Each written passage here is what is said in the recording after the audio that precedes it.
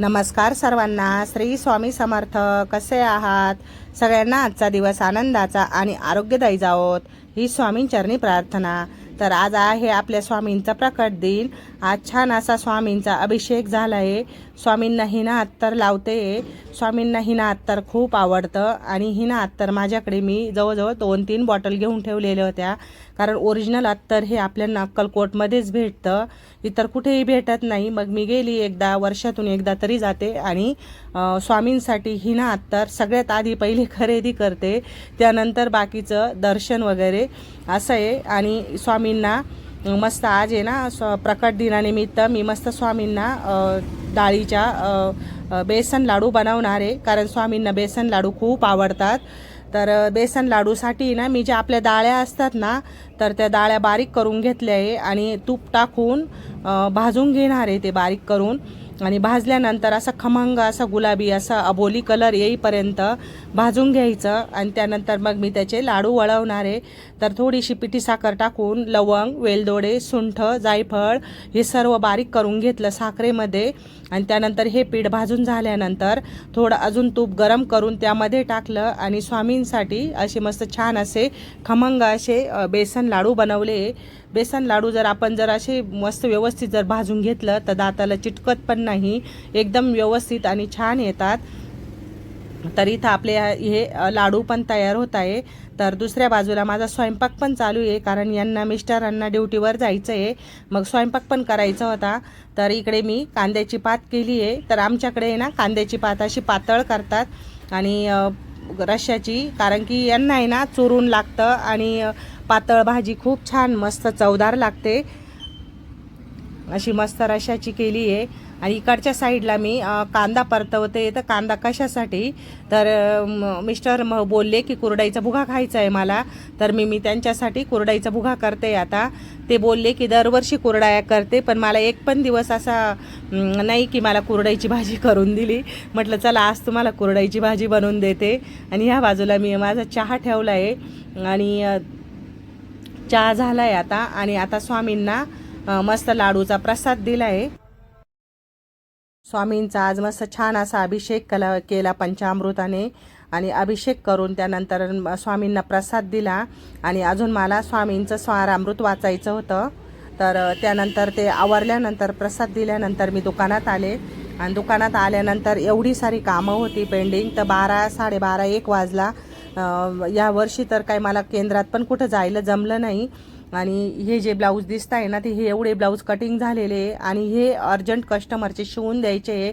तर कस्टमरचा 4 वेळेस फोन आला की ताई ब्लाऊज झाले का. सकाळपासून म्हटलं लवकर जाऊ आज दुकानामध्ये, लवकर उठू आणि आवरू, पण कसलं खूप वेळ होऊन गेला. आणि स्वामींचा अभिषेक, लेपन, रांगोळी आणि घरातला स्वयंपाक असा बराचसा वेळ झाला. तरी 1 वाजला दुकानात यायला.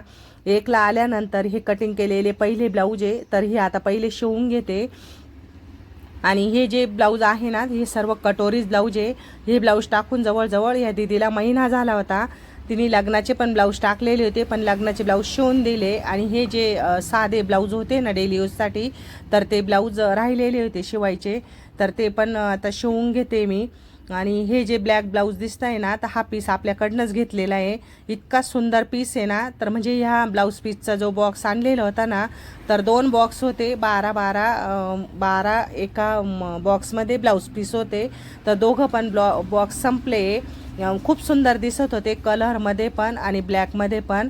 आणि हे जे ब्लाऊज दिसत आहे ना आता, हे कॉलरचे ब्लाऊज आहे. हे पण ह्या दिदीनी पण 1 महिना झालाच, म्हणजे जवळजवळ सगळ्याच ब्लाऊजांना महिन्याच्या पुढे जेवढे दिवस झालेले, पण आता एक लग्नाचे ब्लाऊज जवळ संपले. मग म्हटलं आता डेली यूजचे ब्लाऊज काढू. तर हे कॉलरचे ब्लाऊज जे आहे ना, तर हे कॉलरचे ब्लाऊजला आहे ना, ह्या दिदीनी ना बाहीला पण अस्तर टाकायला सांगितलं होतं, म्हणजे फुल बाही टाकायची.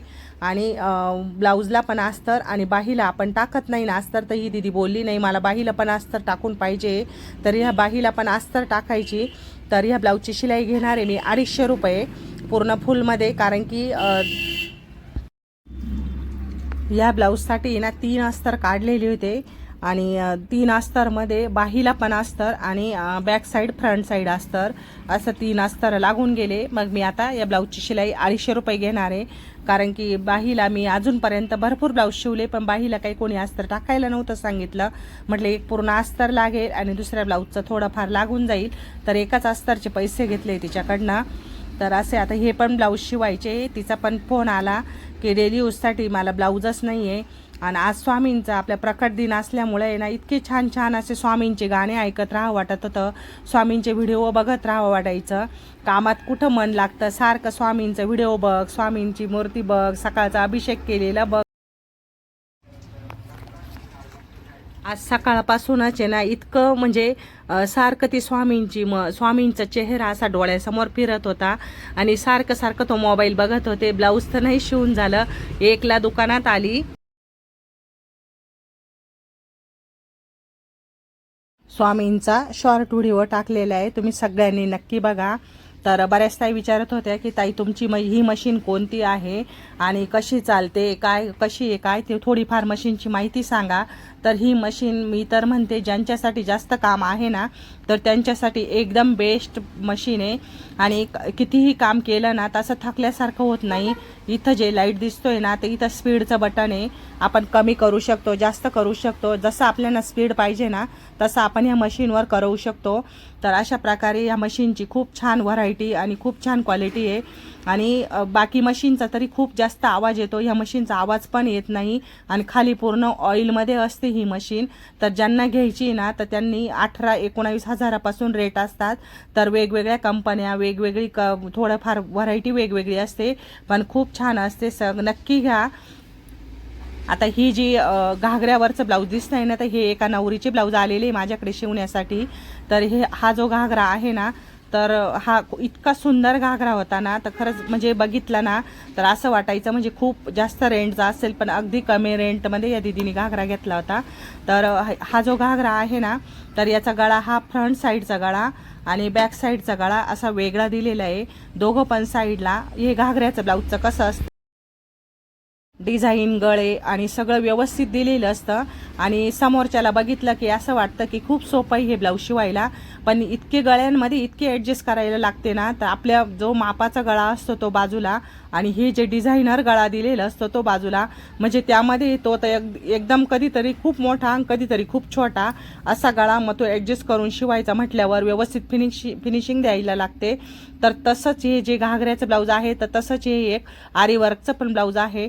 हे पण शिवायला खूप सारा प्रॉब्लेम येतो, पण शिवल्यानंतर जर व्यवस्थित जर स्टेप गळ्यानुसार जर डिझाईन जर आली, गळा जर व्यवस्थित जर आला, तर एकदम छान मस्त दिसतो शिवल्यानंतर, आणि त्याची एकदम सुंदर लुक दिसतो ब्लाऊजचा.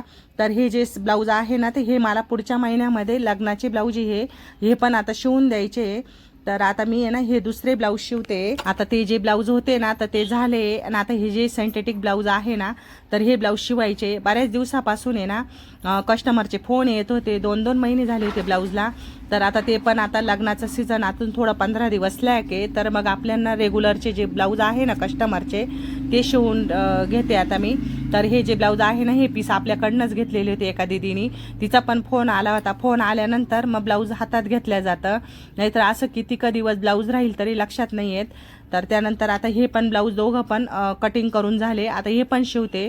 आणि त्यानंतर परत हे 3 जे ब्लाऊज आहे ना, तर हे पण अस्तर कटिंग झालेले, आणि मी तिघं पण ब्लाऊज जे आहे ना, ते 3 अस्तर एकावर एक टाकले, आणि तिघं पण ब्लाऊज पीस पण एकावर एक टाकले. मापाचे असले की आपल्याला 3-4 अस्तर आपण एकावर एक पण टाकून कटिंग करू शकतो. आता हे जे ब्लाऊज आहे ना, तर हे तिघं पण एकाच कस्टमरचे आहे.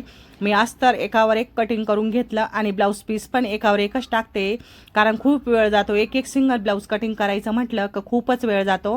आणि हे मग एकावर एक टाकले का आपलं कमीत कमी 10 मिनिटात आपलं ब्लाऊज पण कटिंग होऊन जातं, आणि 2 मिनिटं लागतात फक्त अस्तर ज्याचं त्याच्यावर ठेवायला. मग हे पण सोपं पडतं. आणि मला पहिल्यापासून बऱ्याच दिवसापासूनची अशीच सवय आहे की जास्त अस्तर आणि जास्त ब्लाऊज पीस एकसारखे असले की ते एकावर एक टाकायचे आणि कटिंग करायची. आणि थोडंफार जरी माप इकडे तिकडे थोडंफार चेंज असलं तरी कटिंग करून घेते, आणि शिवताना मग कमी जास्त करते, असं पण बऱ्याच वेळेस करते.